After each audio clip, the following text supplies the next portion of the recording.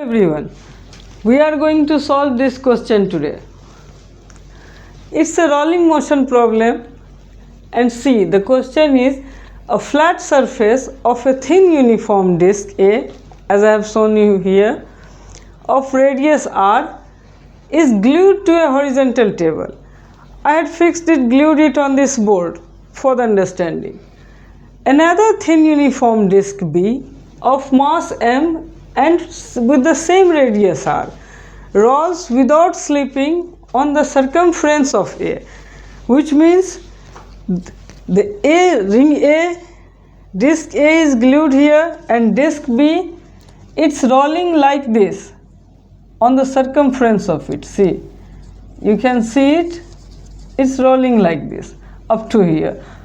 I have drawn it in figure. See, now a flat surface of B also lies on the plane of the table, as I have shown you the process how B is rolling on the circumference of A. Now the question is the center of mass of B. As we know, for a disk the center of mass of B will be here, exact at the center, because it's a uniform disk. The center of mass of B has fixed angular speed omega about the vertical axis passing through the center of A. Now understand it. This is our disk A, quite similar, and this is our disk B. This B is rotating like this, and omega is the angular speed of this disk, rotating this about this axis, an axis passing through its center of mass and in this direction, vertical direction. Since I have glued this disk here, now the vertical direction in this question will becomes this, the outward direction from the board. If we take the axis x here and y here, then this would be positive z. See, find the angular momentum of B with respect to the center of A. Now we have given the angular speed of B rotating like this, rolling like this on its, and we need to find the angular momentum of B with respect to A and about the axis, which is this axis, the axis passing through the center of mass of A, and this axis is going in positive z hat. See, for convenience, let's take the axis. This is x, this is y, and this, see, this is x axis, this is y axis, and this, the vertical, the axis coming out of the board is positive z and inward is negative z. So we have analyzed the questions. Now we need to solve it. And see, in such questions, students generally get confused what to apply and what not to apply. And for the straightforward thing, I am just showing you. See, here it's written this disk B rolls without slipping. This is the thing that we need to keep in mind while solving this question. This is, if this disk B is rolling on the circumference of A without slipping, then this problem becomes a rolling motion problem, and there is no slipping in it. It's just pure rolling. So to solve these questions, a very simple thing or technique is that reduce this problem for the center of mass part.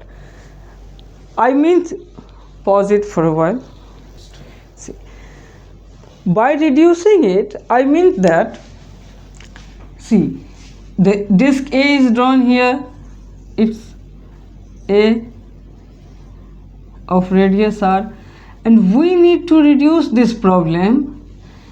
We need to reduce this, the disk B, with a point particle of same mass. Its mass is given m here in the question. We haven't given the A's mass, but we have given B's mass, which is m. We need to reduce this disk as a point particle kept at its center with of same mass. Now B has become this point particle. The radius is same, the distance from here to here is r, and here to here is again r, which means the distance from the center of A to the center of B is 2r. Now it became, since A does not have any motion, A is glued, and now it became a problem of simple translation motion. We need to reduce it in two parts, the translatory motion and the rotationary motion. Means pure translation motion and pure rotational motion. For every case of rolling, we need to do that. So, and for the translatory part, as we know, the translational motion, it's a straight motion on a straight line or a curved line. A curvilinear motion is also translatory. But we need to have a point particle, which means every particle of that body needs to travel in same direction with same velocity, same linear velocity and same angular speed. So when we reduce this disk as a point particle B rotating in this direction like this, it becomes a translatory motion. Now take it. For the solution, the angular momentum of B with respect to A about the given axis L total is equals to L translational plus L rotational. And for this translatory part, we have reduced it as a point particle. Now we'll calculate the angular momentum of this translatory part. Calculate it separately. See the L translatory motion. See, as we know, for a point particle,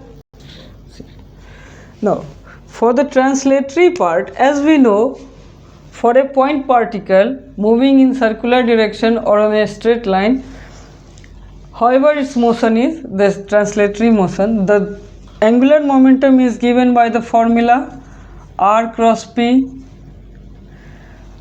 and we need to use this, the direction of this we need to find by using the vector right hand rule. This is r, this is p, and this will give the direction of the angular momentum. See, for here this case, now the r becomes this distance r plus this distance r, which means it's 2r now from the center of, from this point to this point, and the direction of r radial vector is in this direction, and the velocity, the direction of momentum will be in this direction, which makes the direction of angular momentum is coming from out of the board, means in z hat. See, and as we can see, the direction of r and p is making 90 degree, which makes here sine theta equals to sine 90 degree, which is 1. So this becomes mvr. Since mass is constant, this is not a variable, so this becomes mvr, and the sine theta is sine 90 is equals to 1. Now simply put the values here. Now m is the mass of this point particle B, and this is m here. This v we need to calculate that. This r is 2r from the figure, distance from here to here, this is also r, this is also r, it becomes 2r. See, now for v, we have been given here the center of mass of B has fixed angular speed omega about the vertical axis. Now this point, it has an angular speed omega about this point, and we know for a point particle of having an angular speed omega, we can calculate the v is equals to r omega. We will put this value here. It's also again r cross omega, which means r is in this direction and omega is in going like this, will be in this direction, so v will be in this direction. It's again also a vector thing, r cross omega. You can write it like this. Direction of r is in this direction, omega. V is omega cross r, and since omega is in this direction, then by right hand thumb rule, if omega shows this by the curved fingers, the straight thumb will show the direction of omega, which makes omega in z hat and r is in this direction, so V will be in this direction. Again, the angle between r and omega is 90 degrees. In this case again, the theta is 90 degrees, sin 90 equals to 1, which makes it 1. So it becomes V is equals to r omega with the direction this. We'll put this value here for the value V omega, and this r is again the same, r plus r, 2r here. Now it makes C m omega 2 to 4 r square. Here it becomes 4. So we got the translational motion, translational angular momentum of this, the point particle form of B about an axis passing through Z like this. The translational angular momentum is this, m omega r square. Now we'll calculate the rotational part. Pause it, I need to wipe.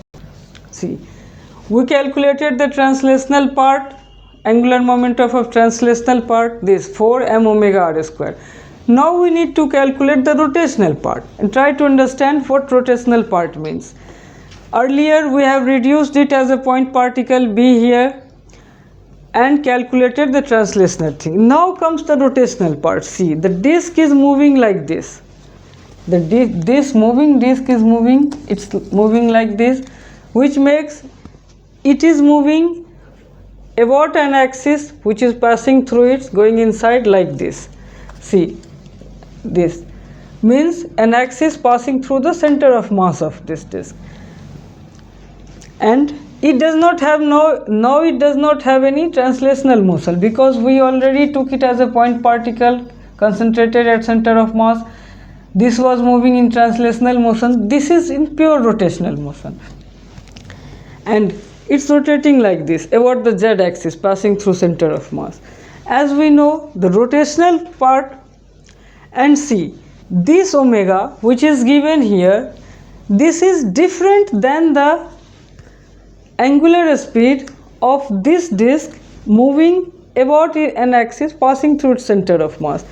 This omega was for this whole center of mass thing passing linearly like that, in translatory motion, and this omega, the angular speed which is it's moving on its this about the axis of center of mass, this omega is different than this. This omega is denoted by omega dash. See, now calculate it. As we know, for the rotational angular momentum, the formula is I omega L is equals to I omega, and this I is about the axis passing through center of mass of it because it's moving like this. If it was moving like this, it were moving like this, then we'll need to calculate the moment of inertia about this axis. Here it's moving like this, so we need to calculate the moment of inertia about this axis. As we know, for the disk, the moment of inertia about this axis will be right here, center of mass, and here omega dash, because this is the angular velocity. This is mr square by 2. For disk, the moment of inertia about an axis passing through its center of mass is this. This is a derived value, you can see it in any book, and this omega dash. Now, since we don't know omega dash, we need to calculate it here. Earlier, as given in the question, for this B reduced at the center of mass form, the omega was this. Calculate it from here. See, this disk, the center of mass of this complete disk is also moving with this same vertical velocity v. which we earlier calculated as V is equals to R omega. Here it becomes now R omega dash for pure rolling. For pure rolling, this is the condition, V is equals to R omega.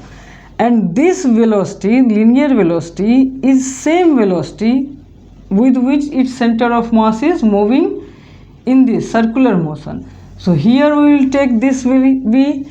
In the first part we calculated this V as 2R omega from V is equals to R cross omega. I solved it here for the translatory part, and now it will be equal to this, the radius of this is capital R and omega dash. You can see these conditions in any book where the rotation chapter is given, or if you want me to make a video special on this, how this works for pure rolling motion, translatory and rotationary motions in analytical form, you can comment it and I will make another video on it. See, we got omega dash here, this. Now this R cancels, which makes omega dash is equals to 2 omega. Now it means that, see, for this disk moving like this here, the omega is given of the center of mass of it. See, the center of mass of B has fixed angular speed omega about the vertical axis passing through the center of A, which means if we reduce this as a point particle concentrated at its center of mass, then the angular velocity of angular speed of this point particle about the center of A will be omega. And here the omega dash is something, if it's moving like this, then every particle of this disk, only on the disk, will have this angular speed omega dash, and that is why this omega dash and this omega, they are two different things. Okay, see, we calculated it here. Now simply put this value here for the omega dash function, m r square by 2, and this omega dash becomes 2 omega, this 2 and 2 cancels, which makes m r square omega. Now see, the rotational part came like this. For the total angular momentum, we will simply add this and it becomes 5 mr omega square, sorry, mr square omega. This is the result. And see, for the direction, this disk is also moving in this direction.